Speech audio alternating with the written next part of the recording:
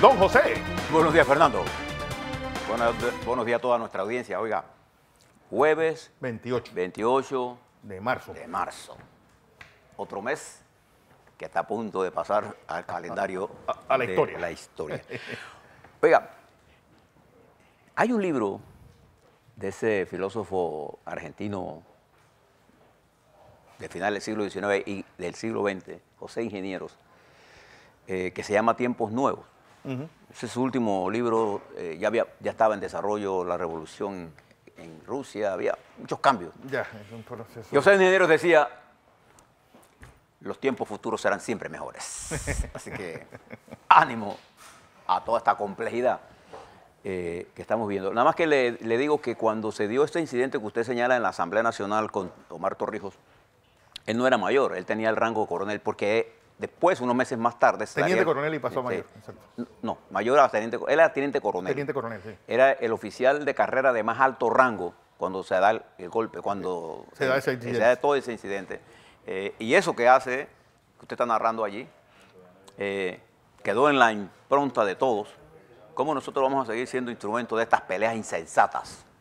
Eso produce el 11 de octubre, entre un montón de cosas. Entre otro montón de cosas. El golpe. Usted tiene que ver lo que pasó en el 68. Sí, el año 68. Eso que usted está viendo ahora mismo. Es una apertura de aguas. Estas descalificaciones no son nuevas. En esa época no había ni Twitter ni nada de eso. No, pero eran los periódicos. Era el poder de la prensa, de los medios de comunicación, y sobre todo escritos, que eran los particularmente poderosos. Era la última elección en la cual el periódico jugó el papel más importante. Después de eso vendrán muchas cosas. Pero bueno, veamos un poco lo que está ocurriendo en el mundo y preste la atención porque ello le da un retrato de algunas cosas que están pasando en Panamá y que tenemos que afilar un poco. Más que la inteligencia, el sentido común. El sentido común le lleva más rápidamente a las cosas.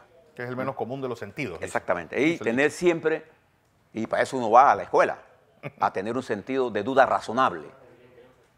Es la búsqueda de la verdad la que le llevará a la verdad. No es la posesión de la verdad per se. Oiga, mire lo que pasa ayer. ¿Se acuerda lo que le dije de la decisión del presidente Trump de reconocerle el Altos del Golán. Altos del Golán como propiedad, para decirlo de alguna forma, de Israel? Bien, ayer en el Consejo de Seguridad, con 14 de los 15 se opusieron a esta posición del presidente de los Estados Unidos. Desde Sudáfrica, Europa, todo el mundo. ¿Y por qué? Porque usted no puede pensar que la doctrina de la guerra y la apropiación por un acto de guerra constituye y sustituye el derecho internacional. Es un criterio. Y esto no quiere decir que estemos en contra de Israel, al contrario. Yo creo que Israel, le reitero, tiene el derecho a subsistir y vivir en paz como Estado. Pero igual lo tiene Palestina. Igual hay que respetar a Siria. Y la división de todo eso que usted ve en el Medio Oriente fue objeto de dos potencias, Francia e Inglaterra. Todo eso que usted está viendo ahí. Bien. Entonces ayer se da ese Consejo de Seguridad y recuerdo que Altos de Golán pasó a control de Israel cuando la guerra que Siria y Egipto lanzaron contra Israel y que estuvo a punto de derrotar el ejército israelí, pero Israel con mayor capacidad militar, con mayor capacidad de formación militar y de tecnología, los derrotó. Pero desde hace tiempo, Naciones Unidas ha reconocido que ese territorio pertenece a Siria. Entonces el presidente Trump ha tomado una decisión que viene ayudará a Netanyahu en la campaña electoral, pero que era un crimen de inestabilidad global, que es peligroso para el mundo. Y fíjese lo que pasó en Inglaterra. Y le voy a tomar este tema porque le quiero hablar sobre una apreciación que tengo sobre lo que está ocurriendo en Europa. En Inglaterra ayer se hicieron 7 votaciones en el Parlamento. Yo nunca había visto el Parlamento inglés tan movido. Creo que como que ha recuperado su libertad. Le pasa como a aquella gente que se divorcia y al día siguiente no sabe qué hacer con su libertad nueva. Y comienza a cometer los mismos errores.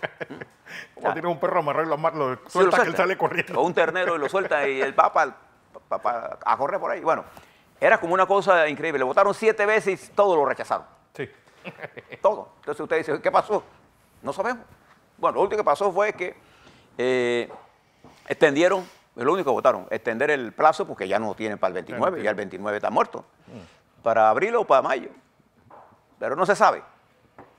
La primera ministra, que ya está votada casi, sí, promete que ella renuncia si le aprueban el Brexit. No se sabe qué va a pasar, entonces hay un pandemonio.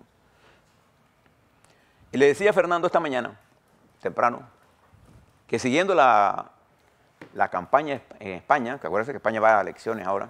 28 de abril. Mire este diálogo entre Casado, que es el representante y presidente del Partido Popular, y Rivera, que es el representante y presidente de Ciudadanos. Mire lo que le dice. Rivera le dice a Casado que si él gana la presidencia, él lo nombraría ministro de las universidades. Bueno, primero que en España no existe tal ministerio. Y segundo, lo dice porque se supone que Casado no ha pasado a la universidad. Rivera es el que no terminó la universidad. Bien. Y Casado le dice a Rivera que lo va a mandar a estudiar. No, es el doctorado. Acuérdense que hay una duda sobre su doctorado, el de Casado. El de Casado, sí. Y Casado le dice a Rivera, yo te voy a nombrar ministro de Relaciones Exteriores. España, envuelto en una multitud de complejidades, discutiendo estas tonterías.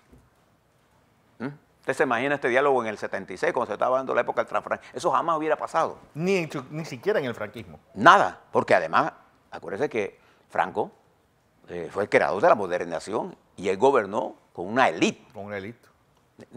Que todos eran, algunos, miembros del Opus Dei, pero Opus Dei... a partir del 59. O sea, no nos engañemos en esto. Usted puede estar en contra o a favor del Opus Dei, pero sabes que es una... Pero son gente que sabe. Sí. Bueno, mire lo que está pasando. Bueno, gente que sabe hasta que vi al que nos maneja ahora que dice que es Opus Dei. Bueno, pero eso no es otra cosa. No. Yo puedo decir que soy Opus Dei, pero no soy. Pues. Vamos a poner las cosas como son. Para ser Opus Dei tú tienes que tener cierto nivel de intelectualidad desarrollada y bien probada. Bien, fíjense lo que está pasando en Europa.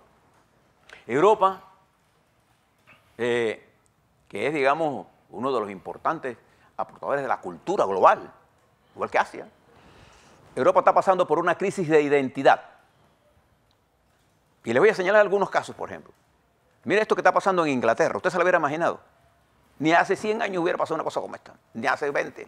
Miren dónde está Inglaterra. La señora Merkel, ¿se acuerda de la señora Merkel cuando estaba en su apogeo hace un par de quinquenios nada más? Sí, bueno, ayer trató de pasar una sanción contra Arabia Saudita y no pudo pasarla. Y en Alemania el movimiento pro-nazi tiene su mayor representación hoy que nunca. Que nunca. En el Bundestag. Alemania. Mira Italia. Italia ha quedado en manos de movimientos... De locos. Nacionalistas.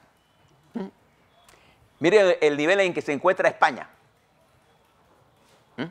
Mire estos países que surgieron del vientre de lo que se llamó la Unión Soviética, envueltos en luchas nacionalistas y en dictaduras. Entonces, Europa ha perdido su identidad. Enfrentada entonces a un Estados Unidos que no sabe el papel de lo que no sabe el papel que debe jugar Europa y acorralada por el presidente Trump en forma permanente. Entonces, una región, Fernando, que está llamada a estabilizar el mundo, se encuentra inestabilizada por el surgimiento de corrientes. Uno, la supremacía blanca. Dos, las corrientes nacionalistas. Y tres, la migración que provocó la intervención de Europa y Estados Unidos en países del norte de África y del Mediano Oriente. Toda esta guerra en Siria, toda esta destrucción de Irak y de Afganistán, la destrucción de Libia, la llamada primavera árabe, todo lo que está pasando en la destrucción de los estados del África Central. ¿Dónde viene toda esa gente? ¿Y por qué viene? De esas guerras. Todo eso que usted está viendo, cuando la gente es acorralada, produce ese éxodo masivo. Y esto ha traído como consecuencia la presencia en las capitales de Europa de gente que antes no estaba y ha generado miedos. Entonces, esta incertidumbre general ha puesto a Europa, Fernando, en una pérdida de identidad peligrosa. Bueno, y súmale a eso también los grupos de feminazis y de gente que realmente está apostando por la destrucción de la identidad nacional de cada uno de los países. Claro, y ahora súmele a esto la presencia en los Estados Unidos de un presidente... Sin norte. No, él sí tiene norte, el de él. Sí, el de él. Si, algunas las pegará, otras no.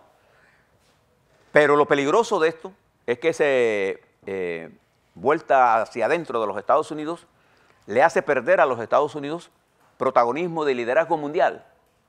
Y al perderlo, ese espacio es llenado por otros. Y esos otros, unidos al desastre que hay, provoca una especie de terremoto político, sí, económico, social, migratorio y el surgimiento del radicalismo. Mira lo que pasa en España. El Partido Popular, compuesto por el centro y la derecha, con Vox, al tomar Casado la decisión de unirse en una alianza con Vox, ¿qué hizo la ultraderecha? Lo ha desplazado. Sí. Bueno, lo que le pasó en su momento al PSOE con Podemos. Claro, pero ahora viene a la inversa. Pero ambos ya hay un daño estructural en la estructura, en la organización política partidaria de España.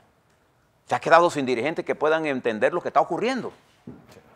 Y si usted se va a Italia, el asunto es peor. En Grecia, no sabemos. Si usted mira todo eso y ahora vuelve hacia la mirada hacia nuestro continente, fíjese algunas cosas que le voy a señalar. Fíjese Venezuela. Mire dónde estamos. Y hoy, Venezuela, mire lo que le voy a decir. Con este apagón que todavía no se ha resuelto, Venezuela va a entrar a tener que racionalizar la energía eléctrica. Y no hay forma de poder resolver este problema si no pasa por decir, el día A tendrá el norte de luz y el día B el sur no tendrá luz.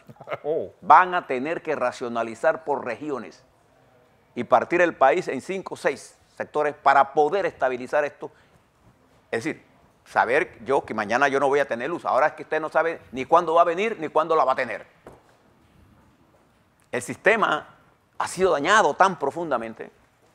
No voy a descartar ninguna teoría de si el presidente Maduro o si Guaidó tiene la razón o no. Lo que hay es una destrucción de la estructura productiva.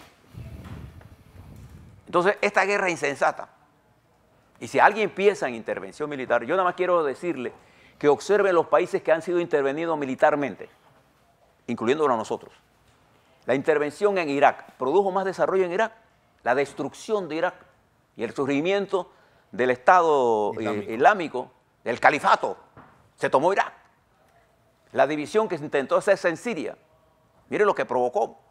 Masiva. Está provocando. Mire Afganistán, mire Yemen, mire Libia.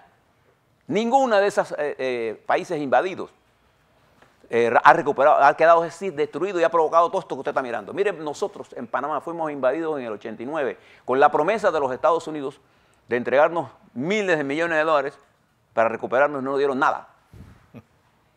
Lo que pasa es que el daño estructural que nos dio la invasión, cuando llegó en Dara, un grupo importante de dirigentes panameños con capacidad lograron, junto al país y los empresarios y trabajadores, recuperar el país. Pero hubo un daño estructural en Panamá. Nuestro querido amigo y ya no presente con nosotros, lastimosamente Leis, fue uno de los sociólogos que mejor intervenciones hizo sobre la ruptura de la psicología social de este país. La invasión quebró el desarrollo ideológico del país. Y nos quedamos sin ideología. El país de hoy nuestro es producto del trauma que generó esa invasión y produjo lo que hoy tenemos. Una amalgama de partidos sin sentidos. Pero yo más que le llamo la atención a esto por aquellos que impulsan la intervención. Yo creo que hay que resolver el problema de Venezuela. Pero tiene que ser, incluso ya veo corrientes dentro de la oposición venezolana entendiendo el fenómeno. Lo que América Latina tiene que dejarse es de estar pensando que la OEA va a resolver esto. Y tiene que haber una decisión de nuestros países a ayudar a resolver la crisis interna en Venezuela. Porque fíjense, hay otras crisis en desarrollo. Argentina, que ayer condenaron al señor Menem a 3 años y medio, con 90 años, no va a ir preso. Porque además él es senador. Tienen que desaforarlo primero. Ya tiene una condena de hace un par de años y tampoco fue preso por eso. Y su ministro tampoco. Y El desempleo en Argentina está en 12%. Las transnacionales se han tomado la exploración de petróleo y el fracking, esta fracturación, está tomándose territorios donde se producía vino. En Argentina se está cocinando, ¿no?, una revolución el social. caldo de un colapso del Estado argentino. Por otro lado, fíjese Brasil. A pesar de todas las promesas que el señor Bolsonaro hizo allá, él tiene un rango de capitán. Los militares brasileños, que fueron los constructores de toda la industria brasileña. El Estado Novo. ¿Sí? Los militares brasileños no van a apoyar una invasión a Venezuela por el riesgo que significa ese país. Mire Colombia. Con todo lo que está jugando Colombia ahora mismo, Colombia vive bajo el volcán de una crisis social. Mire Centroamérica. Es en ese sentido que tenemos que mirarnos nosotros. Ayer cayó el peso argentino, Fernando. Se devaluó nuevamente, está en 43.80. Usted se imagina usted siendo argentino. Si yo llego allá con $100, como 1000 veces mejor que usted. 43.8. 1000 veces mejor que aquí. Con una inflación de ese nivel. Y en México, después de esta sorpresiva decisión de López Obrador de pedirle cuentas a España y al Papa, yo me pregunto, ¿habrá el presidente López Obrador reflexionado sobre el estatus actual de los indígenas en México? Yo creo que lo que le contestó el escritor Arturo Pérez Reverte. No, y el otro, el peruano. Vargas Llosa. Mario Vargas Llosa. Vargas Llosa. Fue claro. Primero resuelva. Si usted me dice que, los indígenas mexicanos están bajo un desarrollo importante, los indígenas en México se mueren de hambre, perseguidos, discriminados o no. En América Latina. Entonces, hacer ese planteamiento sin ver las cosas internas es como tratar de creer que eso va a resolver el problema de México. Eso es volver a la época de la diplomacia mexicana, que era izquierdista para afuera y derechista para adentro. Entonces, ese juego del populismo, porque el nacionalismo produce populismo, el populismo produce empobrecimiento de la nación. Ese es exactamente López Obrador. Yo creo que el producto más perfecto que el PRI ha sacado desde Echeverría. Es decir, un hombre que piensa como si tuviéramos en 1970. Toda esta cosa se la planteo porque el mundo nos está dando ejemplos de lo que no debemos hacer. Asia, por ejemplo, los llamados tigres de Asia, nos dieron varios ejemplos. Uno, el primer ejemplo es que sin reforma educativa no hay desarrollo. Exacto. Sin trabajo no hay desarrollo. Los subsidios no resuelven absolutamente nada. 3, sin gobiernos locales fuertes no puede haber desarrollo ni de la producción, ni de la tecnología, ni del turismo. ¿Cómo nosotros podemos hacer si todo depende de lo que diga acá arriba los gobiernos por quién están tomados? Por las élites del poder.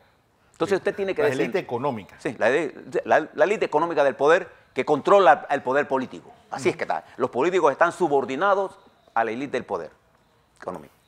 Entonces, esta realidad del mundo nos están diciendo a nosotros cuál es el camino.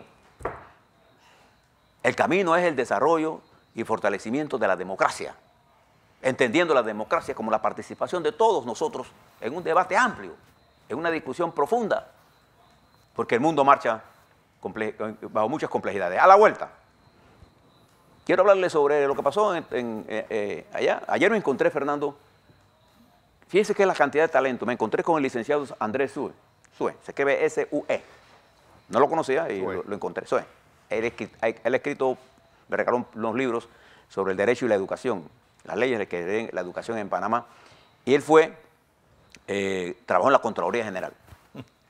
Y él tiene una serie de propuestas. Yo me pregunto, ¿quién estará pensando en buscar a este hombre? Hombres como esos. Hombres como esos. A la vuelta le hablo todas esas cosas. Sigue siendo el tabaco. La ley está llamada antitabaco, que es una ley. Y yo les voy a recomendar a todos los diputados que se lean la investigación que la BBC de Londres hizo sobre la interferencia de la British Tobacco en países africanos en donde sobornó a diputados, legisladores, empresarios, políticos. Vamos a hablar sobre esas cosas y vamos a hablar sobre lo que está ocurriendo en la política interna.